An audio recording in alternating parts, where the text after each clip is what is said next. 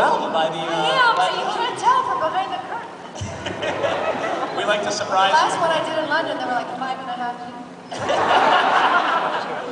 So we're going to open up the floor in just a second for audience questions, and the way that we're going to do it is if you just line up folks down to the left here, just so we don't obscure everybody. We've got a mic at the front, but we'd like you to line up here on the left, and then when it's your turn for a question, we'll just Teasing and the hand holding and all that kind of stuff.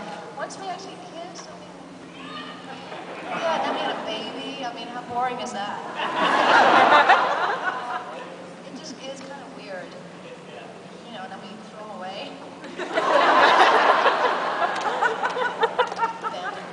How was it acting with bees? How old is William now? William's 11. Was it fun to act with bees in the film? I think most of them were virtual. Right. Yeah, but we had a great. No. I can't remember. Some of them, half of them were virtual and half of them were real.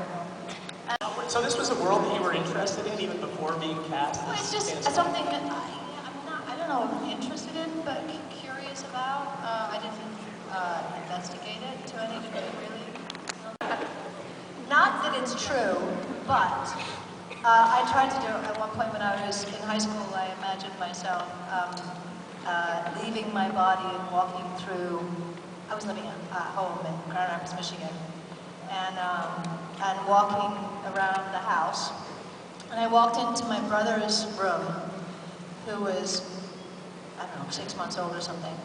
And he was turned the opposite way from the way that he normally slept. He used to flip around a lot from left to right. He used to tell me, anyway, when I saw him, he was turned the other way, completely, his head was at the other end of the crib.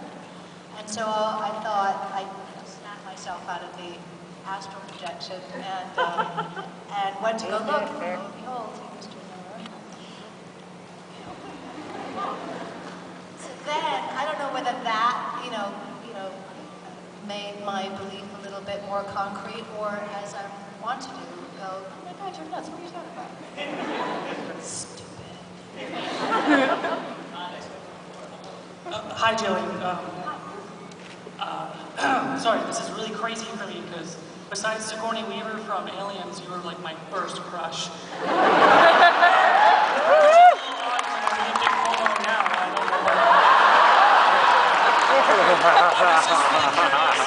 How much input you had in, because you're like a huge, like a strong female character, one of the first probably in television, right? It's incredible.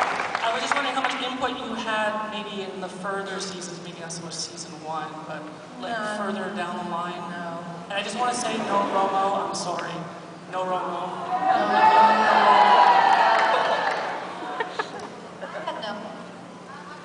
Oh, your mic is...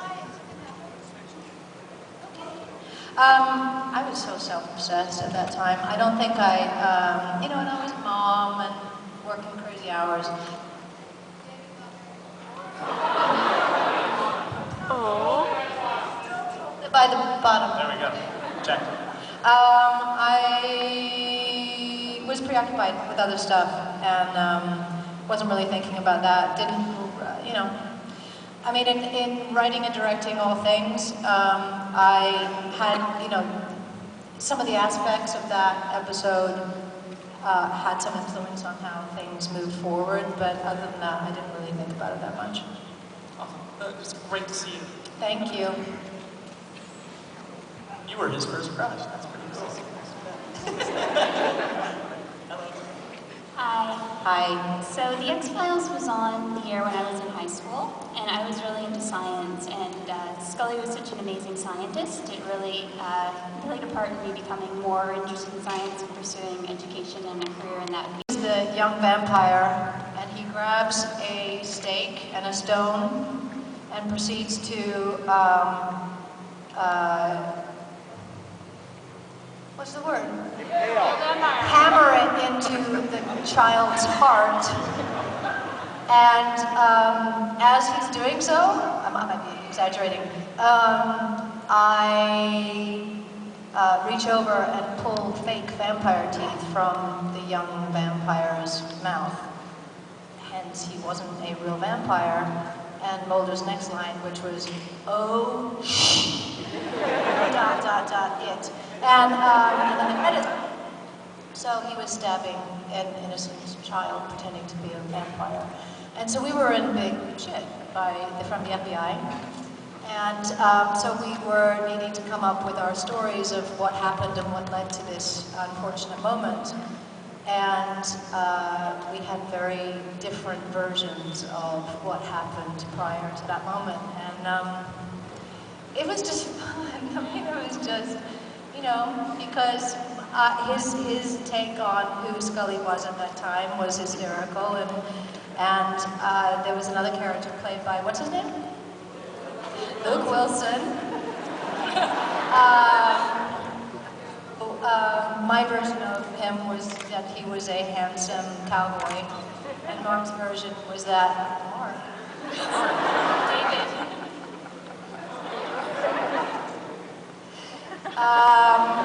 David's version was that he was a, you know, that he had buck teeth and he was a hick and I was fawning all over him. And so it was just funny. I just liked it. And I did an autopsy, and the guts fell all over the place, and there were pizza remains in the guy's stomach, and I got hungry, and those are the things that I remember. Hello. Oh, okay, I'm sure. Hi. Got red hair? Yes, totally naturally, too. I totally didn't just copy Scully's hair. That'd be crazy. So you were Scully for nearly a decade, and I'm wondering, what was the most important lesson that you feel like you learned from her character and her story? Very early on, I was having trouble with lines. And I can't remember how far into which season it was. It was probably in the first season. I don't know how far into it, but there was this scene where I had to stand in front of a whole bunch of male police officers and give them orders. And I must have done like 20 takes or something, and it was mostly because I was intimidated. I didn't feel like I was strong enough in myself to carry that off, and I was judging myself intensely. And after that, Bob Goodwin came to me and he said, "Look, you know, you're going to have to do something about these lines because it's costing us a lot of time and money, and if you can't deal with it, you know, you're going to have to look for another job." And so I worked on it harder, etc., etc. But I think what also started to happen is I started to need to find a place in myself that felt strong enough to be able to be all aspects of who the character was. And I think that happened very slowly over time. But and when it first started, actually, it pained me to see any of those scenes because I'm very cocky and kind of sure of myself. There's one scene in particular when I'm sitting in a rust-colored suit in a scene, and Mulder and somebody else comes in, and I'm giving them some information about what I've just found out. And man, I could slap myself upside the head. I'm so cocky. It just wasn't the right, you know. And I think by doing it wrong a whole bunch of times and being in that position over and over again where I had to, you know, be forthright and grounded and come from a place of inner strength that gradually I started to gather that inner strength myself. Thank you, great answer. Thank you.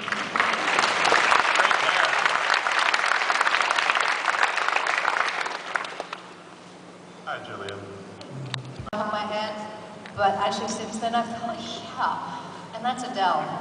Oh really? Yeah, everyone. Like spend an afternoon with Adele, just chatting, you know. Oh, so you wouldn't want her to sing to you? Well, it better be included in the price of admission. So just Adele so that she can sing to you, or? Well, I mean, there's probably loads of people, but in a, like a completely, you know, light, surface kind of way, it would be her. Yeah. Oh, okay, cool, thank you. Thanks. Hi, Gillian. My name's Pizza. Leonard Cohen. So I was wondering, looking back through all like the years you spent on the Exiles, what's one song or one album that really, like, that you really associate with it? Sorry to put you on the spot. I just had a thought, I might as well just say it, but I'm not going to remember the name of it. Terrible. Yeah. There was a, this is going to be ridiculous. Well, there was a song, there was an album that I used to, we were filming up in Vancouver at one point. I bought myself a convertible Boxster. And that was my car there, and I used to take my daughter to school every day in this Boxster. But I also used to drive around listening to really loud music, and I can't remember what song it was that I used to listen to. But then the song that sticks in my mind from X-Files, you know, is Jeremiah Was Bullfrog.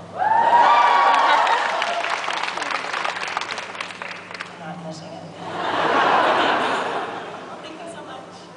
Joy to the world. Is that one of the lines in the song?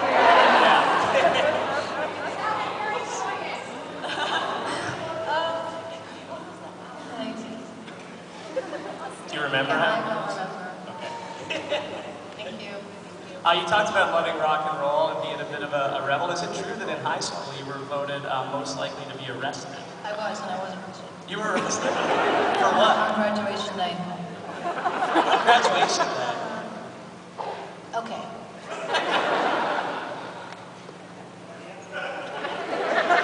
Well, it was my idea. We were going to do the locks of the high school together outside so that come Monday nobody could get in. But then I realized that, you know, how? So we went out and bought a bunch of locks and a bunch of chains, and then we were going to, you know, lock and chain the doors so nobody could get in.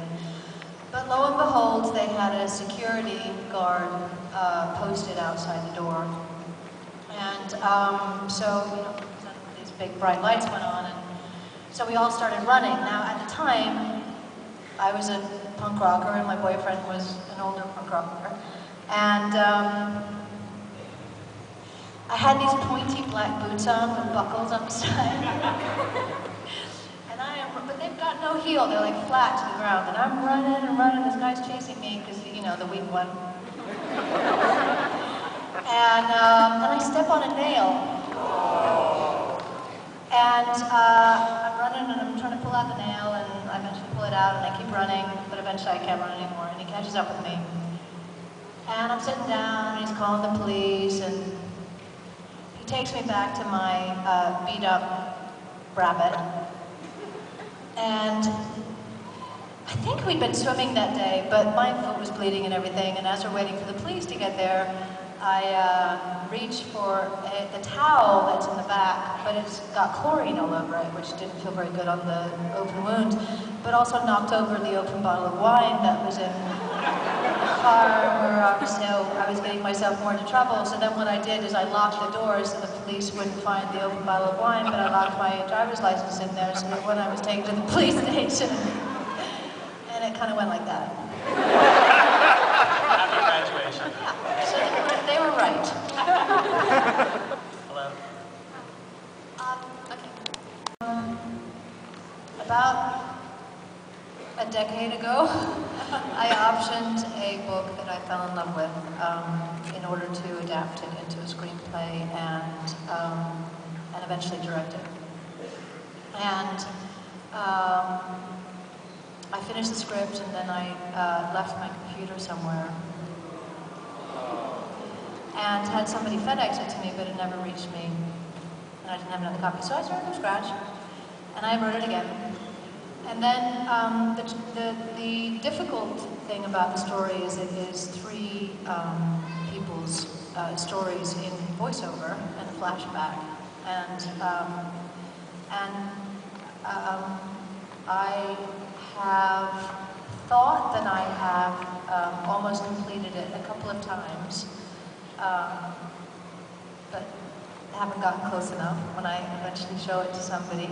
But I just recently started working with somebody who is kind of guiding me towards where it can best live, and you know, teaching me techniques in screenwriting. I haven't read a book on screenwriting or anything, and I don't know the rules and regulations around doing that.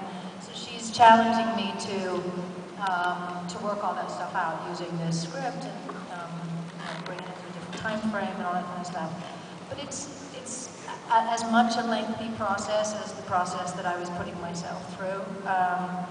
But I haven't given up. I still continue to option it. I feel like I'm getting somewhere in a real way right now. And I know exactly how I want to shoot it. It's just about getting it on the page, and yeah, it's just taking me a long time. So it will be potentially a movie? I'm gonna say yes. Well, we look forward to it. Thank Whenever you. this comes out.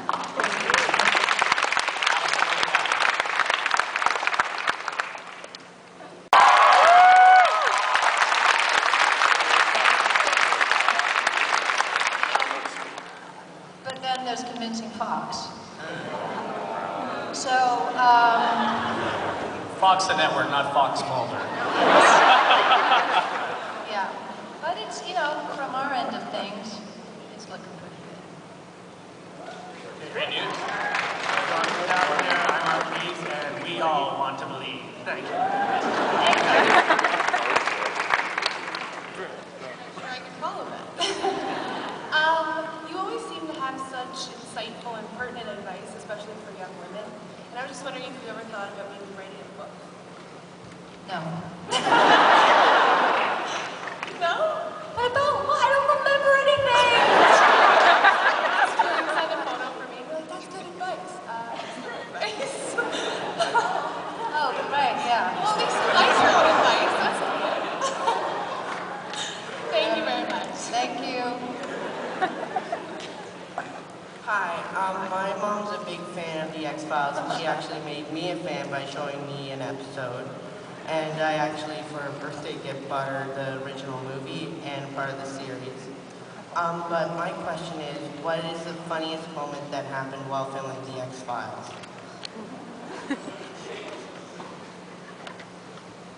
I think there were a lot of funny moments just because when we break, you know, when we crack up in the midst of these ridiculous situations. I mean, one of the things that used to happen on a regular basis was Kim Manners, may he rest in peace, one of our directors. You know, by the end, it was more and more difficult for us to kind of get it up. And so he'd have to, you know, he was very good at encouraging us before scenes when we needed to infuse what was happening with more energy than we were, you know, able to at the time. And so he would yell, well, he would yell a couple things. The first thing, some of you may know, he used to yell, "Kick it in the ass," which was helpful. But then he would also yell, "Rock from Mars!" That meant that what we were doing in the scene was as important as a rock landing from Mars, and therefore make it important. Like, you know, infuse it with some, you know, some oomph. And but of course, what would happen is he'd yell that, and we'd just start cracking up, and so that was funny. There were a lot, you know, sometimes when we'd just start laughing because it would be 4 o'clock in the morning, and it's pretty funny when I was being attacked by a cat on a stick. That was funny. It was on a stick because I'm allergic to cats, and so they made a fake cat out of bunny fur and and put it on a stick, and the special effects guy was underneath me, moving the arm as it was supposed to be attacking my face. And all the bunny fur is sticking to my lips, to my lipstick. And we couldn't stop cracking. That was funny. Thank you. You're welcome. Who was more prone to laughing during a take, you or David? You? I can't, I mean, even if I pull a prank, I'll laugh before anybody else. I cannot. I even tried to do it, I was doing a play off Broadway, and at the last scene of the play, I come in with a pushchair, and I put a stuffed monkey in the pushchair instead. And so as we're lining up for the final, or no, it was the final scene, and we're all standing around supposed to be looking in the pushchair at this baby. Aww. And I'm the one that put the monkey there, and I'm the one that's literally peeing my pants. Red, snot. Assistant actors on Broadway just looking down. Anyway. Hi, thanks for coming to Toronto. Thank you. What's in your bag?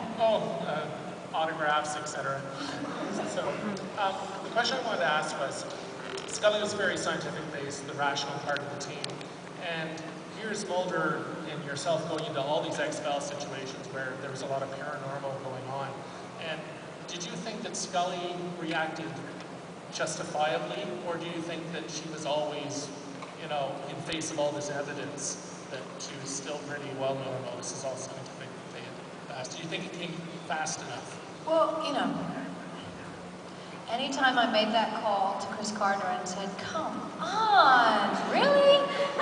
I don't see this, or again, the door shuts in my face, or I happen to trip and fall on my face, or whatever it is that happened that made me not see the things that were right in front of my face. I made that phone call, and he said, well, you know, the only way this series is going to work is if you're, you know, the skeptic and he's the believer, so you just got to make it work that way. And, you know, if you believe it, or don't believe it, then the audience will believe that you don't believe it. And so that's the way we played it, and it kind of works. Yeah, well, for sure. Thank you. We've only got... I did for the BBC. I'm really excited about it. I've seen some of it, and it's freaky. It's really, really freaky. Like, you have no idea how freaky. We like freaky. So that's good. And I did a few other things. I don't know whether they'll see the French film and some other things. See them. Hi, my name is Pamela. My question is, because you're such a very public figure, how do you stay grounded? How do I stay grounded?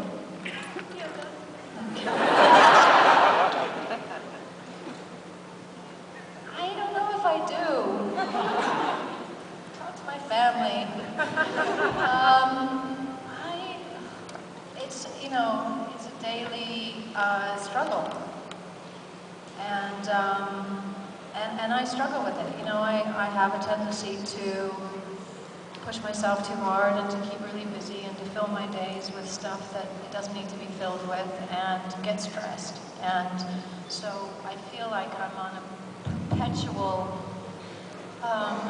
journey to lessen my stress, but the last thing that I think of doing is lessening the things that I put in my way, you know. And so, and I have found that, you know, some of the things that help are yoga and meditation and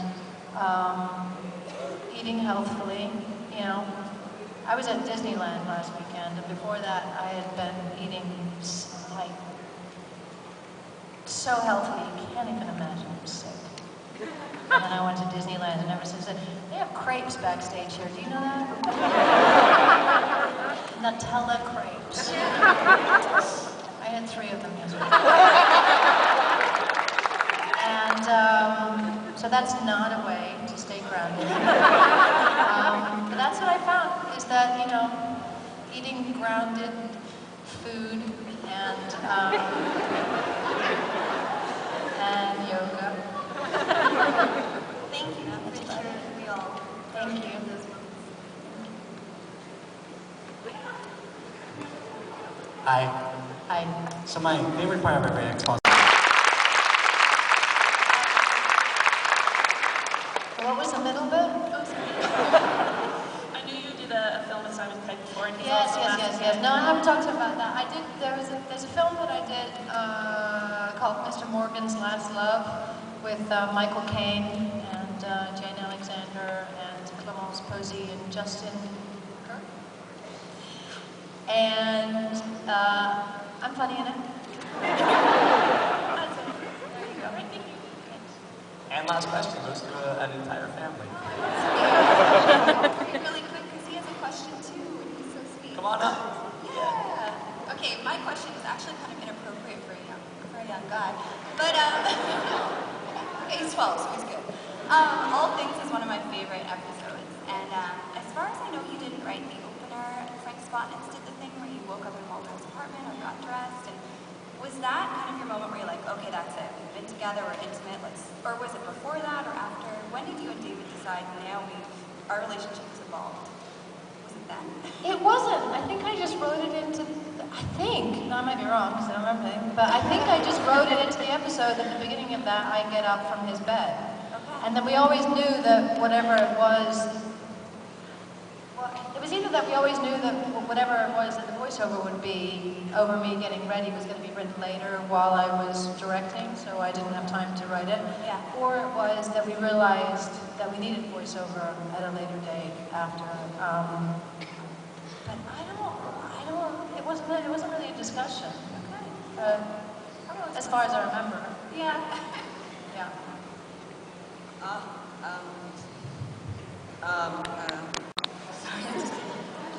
Send them one. Do you have any other questions? You good? X-Files? I'm fine. I just like to say, you sound the same, but you look completely